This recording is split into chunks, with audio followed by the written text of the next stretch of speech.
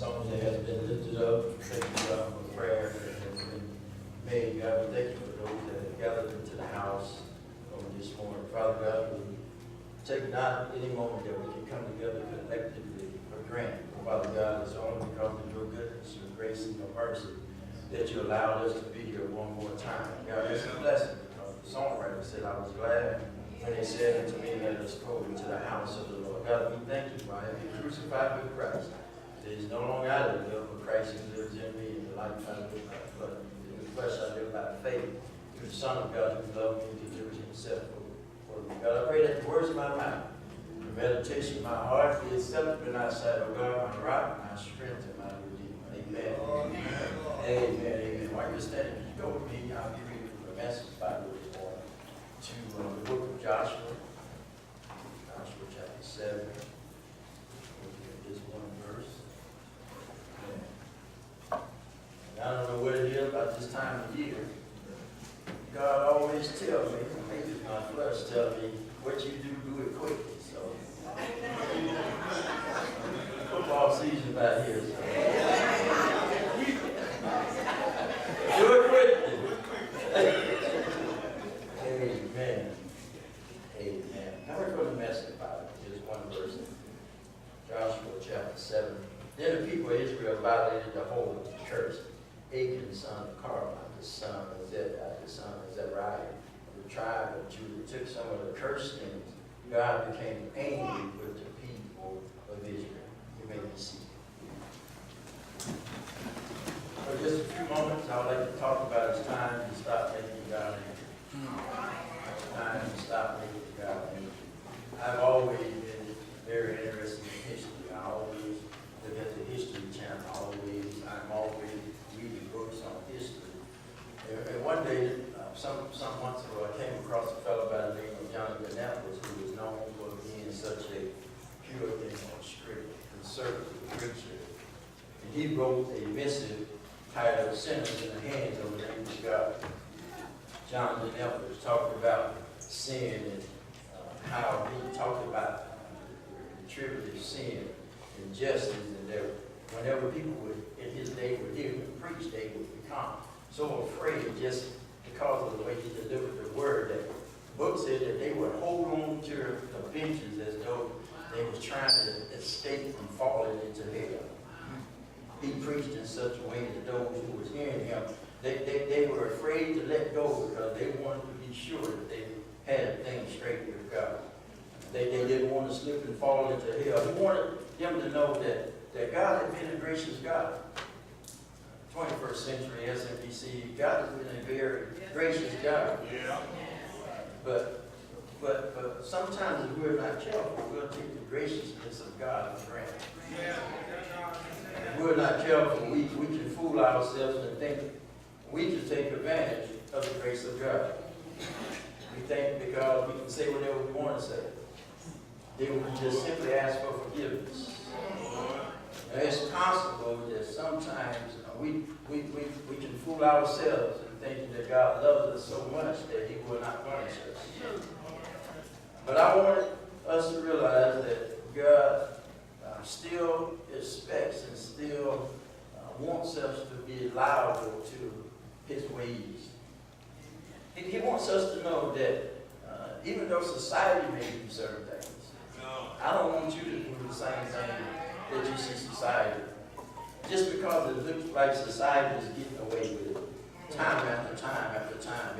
If we're not careful, we'll become desensitized to our own actions. Like we're some type of Teflon done, as though we are untouchable because we have this false impression that power is in our hand and we can do whatever we want, when we want to do it, however we want to do it. But one day time and justice will catch up with all of us. Such was the case in our text. The people of Israel had taken advantage of God's benevolence. The people have now walked in the promises of God. Moses have died. God has raised up Joshua. Joshua is leading the people toward the place called Canaan, that land that God had already promised them. He's already told them, you're going to get it. And just one defeat away from reaching the promised land. They just defeated Jericho. just defeated that city that was in, that was not supposed to be able to be penetrated. They just defeated Jericho, not with sticks and stones, but just with a shout of God's holy word. That Jericho, this city that has never lost a battle, they had just defeated him.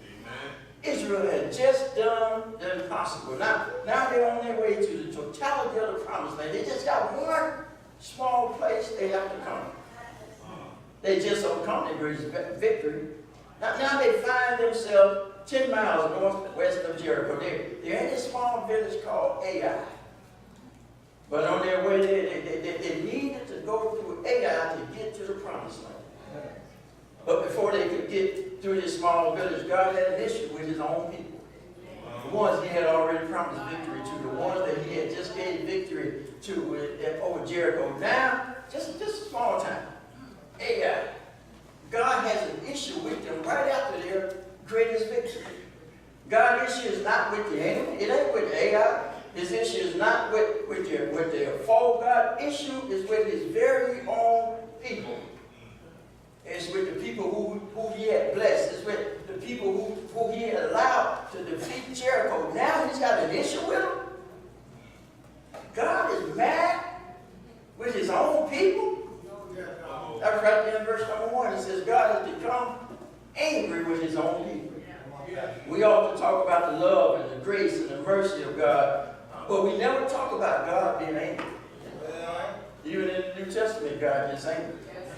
I don't think we come this morning with fireworks going out, but I want us to know that God can become angry with us.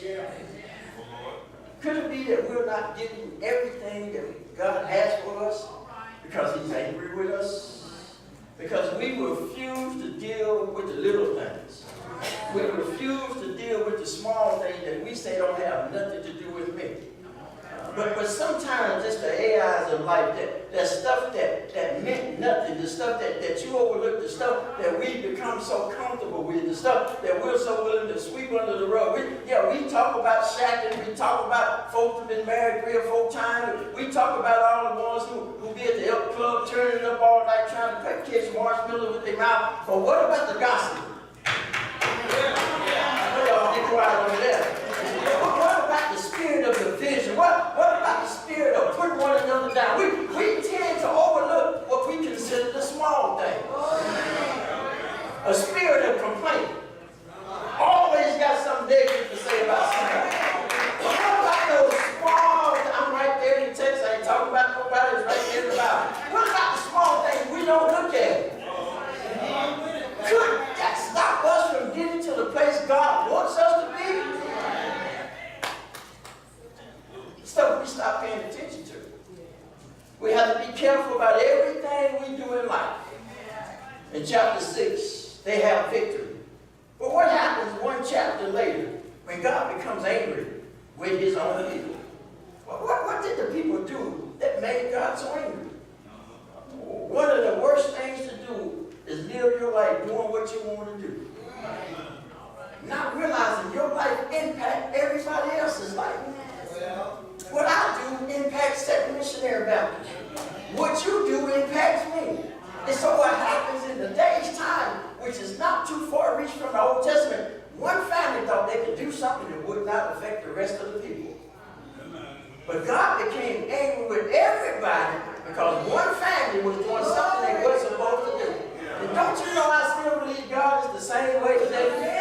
If I act the fool, it doesn't show good on you. If you act the fool, it doesn't show good on me. We all in this thing together. God wants all of us to get to the promised land together.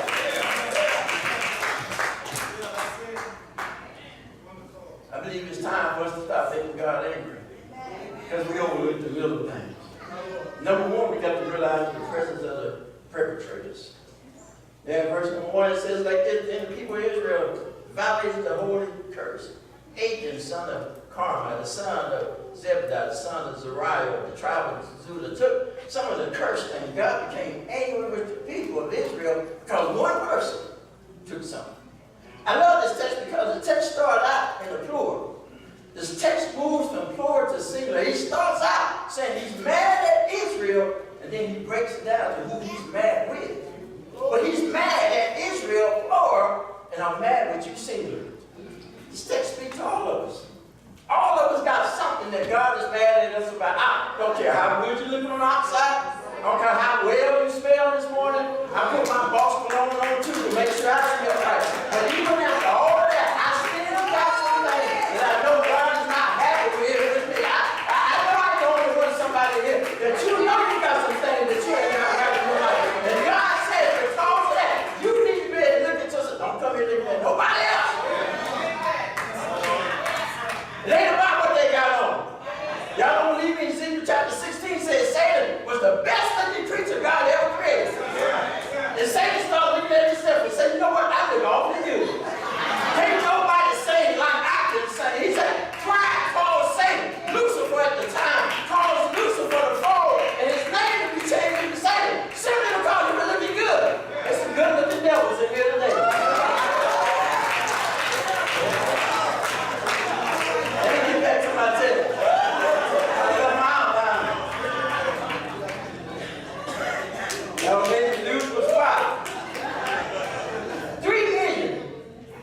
Have done something wrong.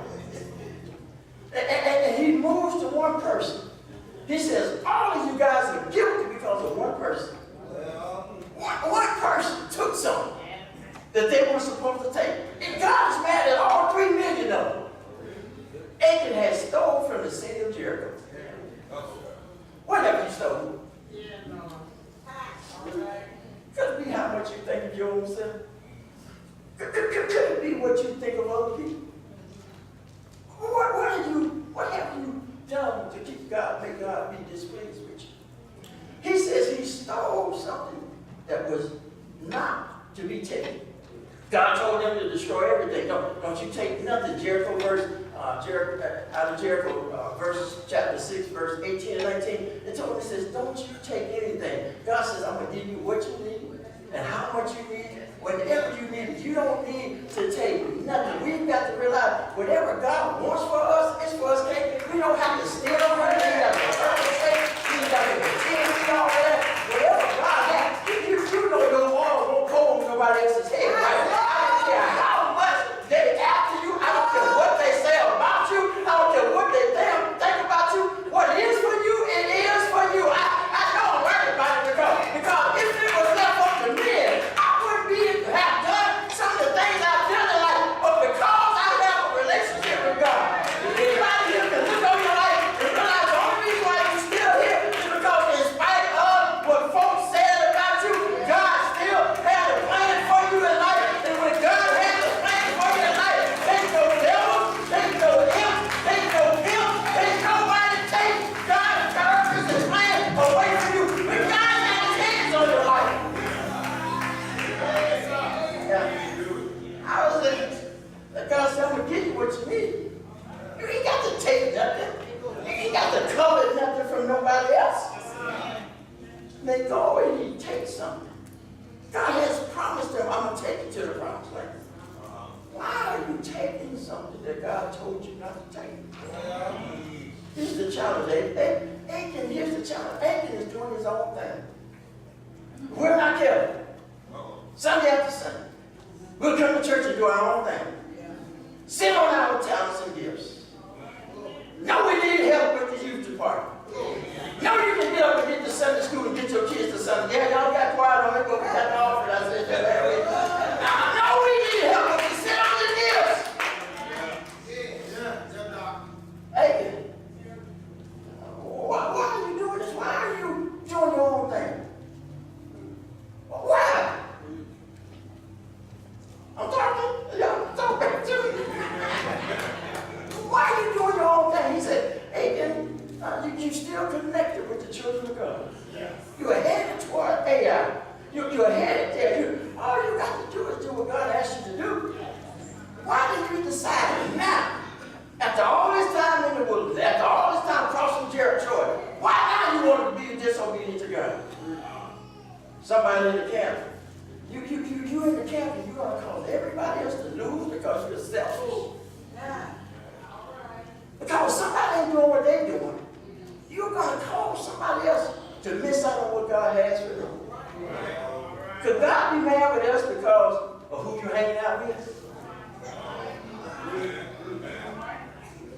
could God be angry with us because Sister Patty said birds of a feather flock together?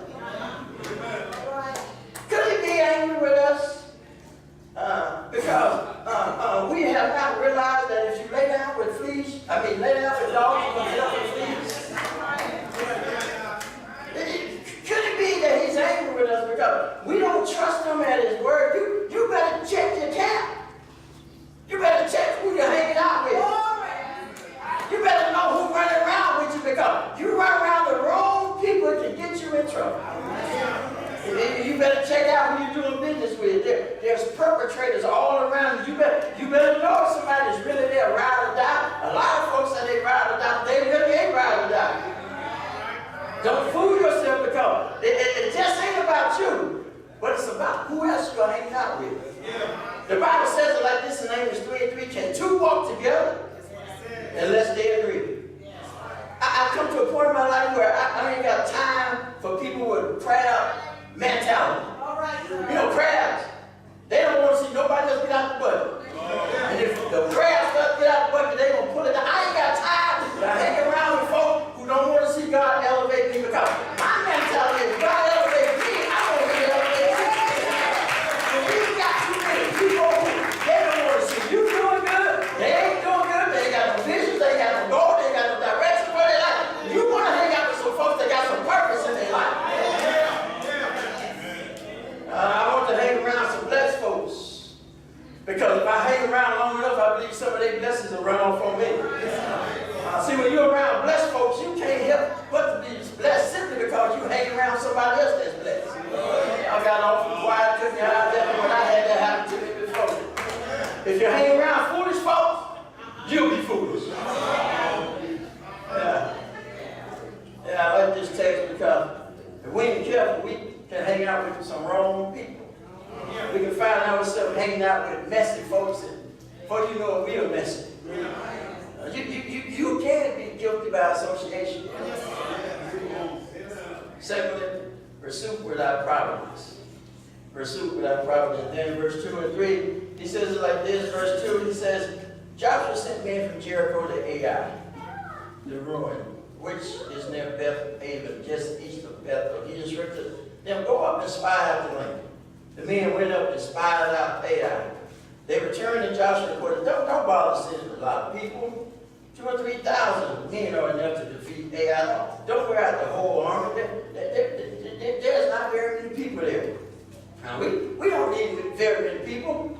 He told John, he said, don't worry about it. We can handle this. We don't need, if we just defeated Jericho, we don't need but a few thousand people. We just warned in chapter 6. We don't need all of that for chapter 7. We used to pray and fast in chapter 6, but we ain't got to pray and fast no more. We used to come to Bible study. We used to come to Sunday school. But now just 10 o'clock service to do. That's what we used to do. We don't need that stuff no more. They went under the assumption that because what they used to do, that God was still with them.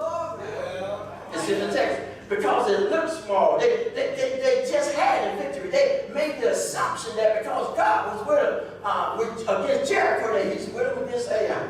Whatever you do, don't ever base what you think on your assumptions. Don't you base your victory this time on the victory you had last time. Never assume anything based on what happened in your previous chapter. Never assume anything simply because you had a victory before. In chapter 6, they waited for God. Chapter 10, they waited for God. Chapter 11, they waited for God. Chapter 20, they waited for God. But here in chapter 7, Joshua moved without hearing from God. He moved based on assumption. He goes on the instruction from some spies. You better be careful who you listen to. I'm not lying, it's there in the text. Joshua didn't talk to God, they heard a word from God. Some folk came back and told him what he needed, and Joshua acted on what people told him. Don't you act on what folks tell you. You better be careful who you get your information from. Don't you take or do anything unless you heard it from God. Don't assume that because that's somebody else's opinion, that's what God wants you to do. Don't be moved by your emotions and Drake say, get out your feelings. Y'all in your feelings to my teaching, do you love me? You better get out your feelings and make sure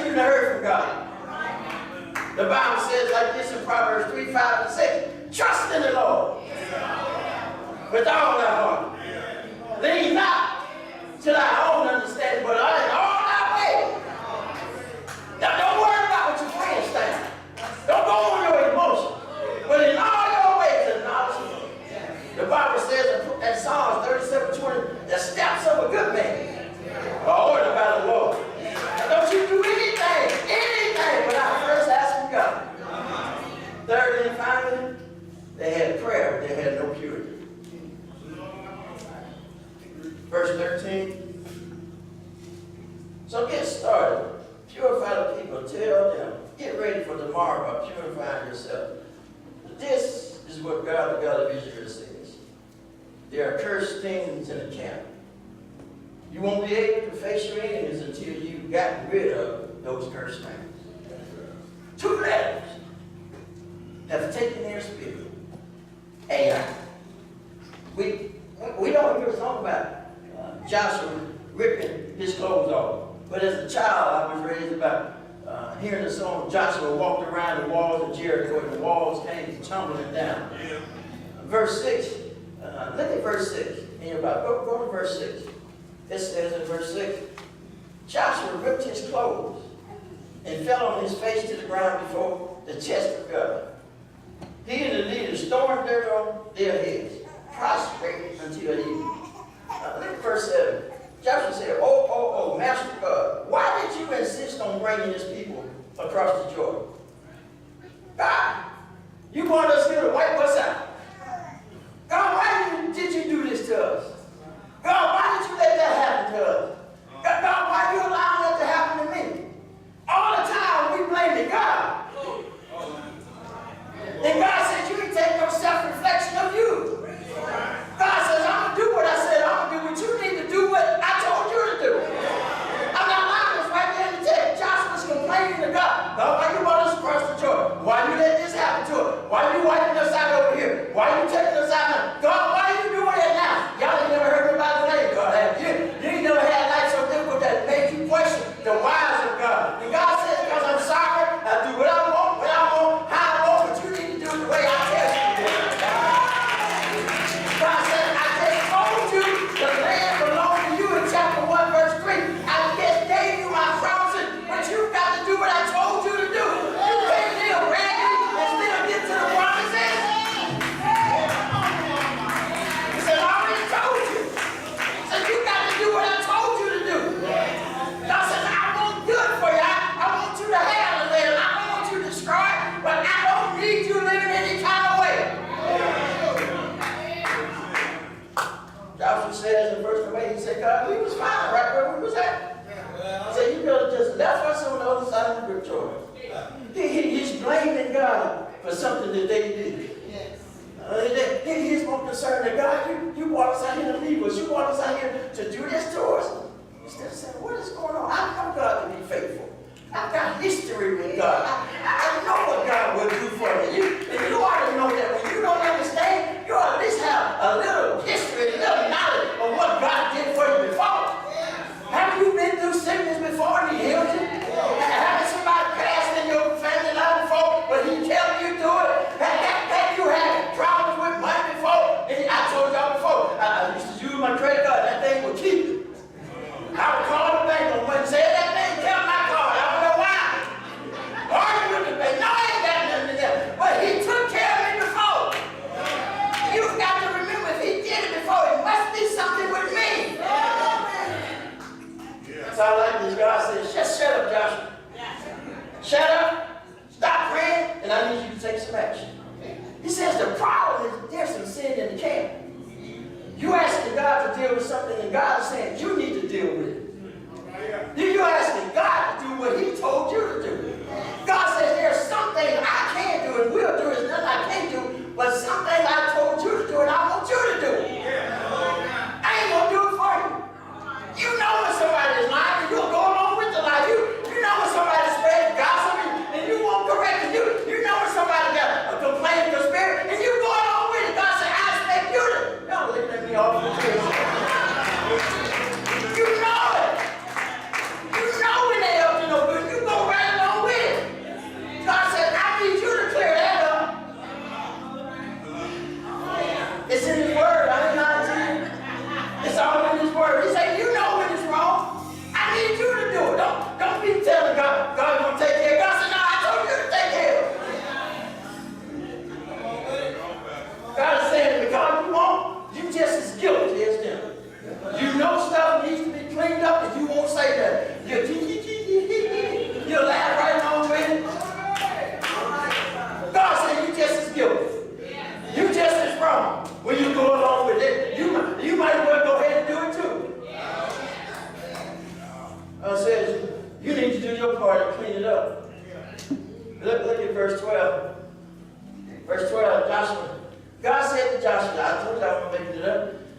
know God said, get up. Why you on your knees groveling? Why you praying? He said, why you crying out to me? You know what I believe God doing it today? Why you crying? Why you on your knees crying, praying out to me? You know what's wrong. Get up. I'm not lying. It's right there. He says, get up. Israel have sinned. They've broken the covenant I commanded them. They've taken forbidden plunder, stolen it, they've covered it up, they're squandering it away with their own stuff. The people of Israel just no longer look their enemies in the eye. They themselves are plundered. I can't continue with you if you don't get rid of that stuff. Wouldn't it be a bad thing to hear God say, Second Baptist, I can't continue with you no more until you get rid of some of that stuff. I ain't talking about getting rid of the person, we good at getting rid of people. God said get rid of some of them sinful habits that we have become so comfortable with accepting. God said, I can't continue with you, Israel, until you get rid of the stuff that you know you hang on to. Question. As God told us, I can't continue with you. Verse 13. It says, so get started. Purify the people. Tell them to get ready for tomorrow by purifying yourself. For this is what God, the God of Israel says. There's a cursed thing in the camp. You won't be able to face your enemies till you got rid of the cursed thing. I said, we can't go no further till we deal with some stuff. And he ain't talking about the way somebody dresses.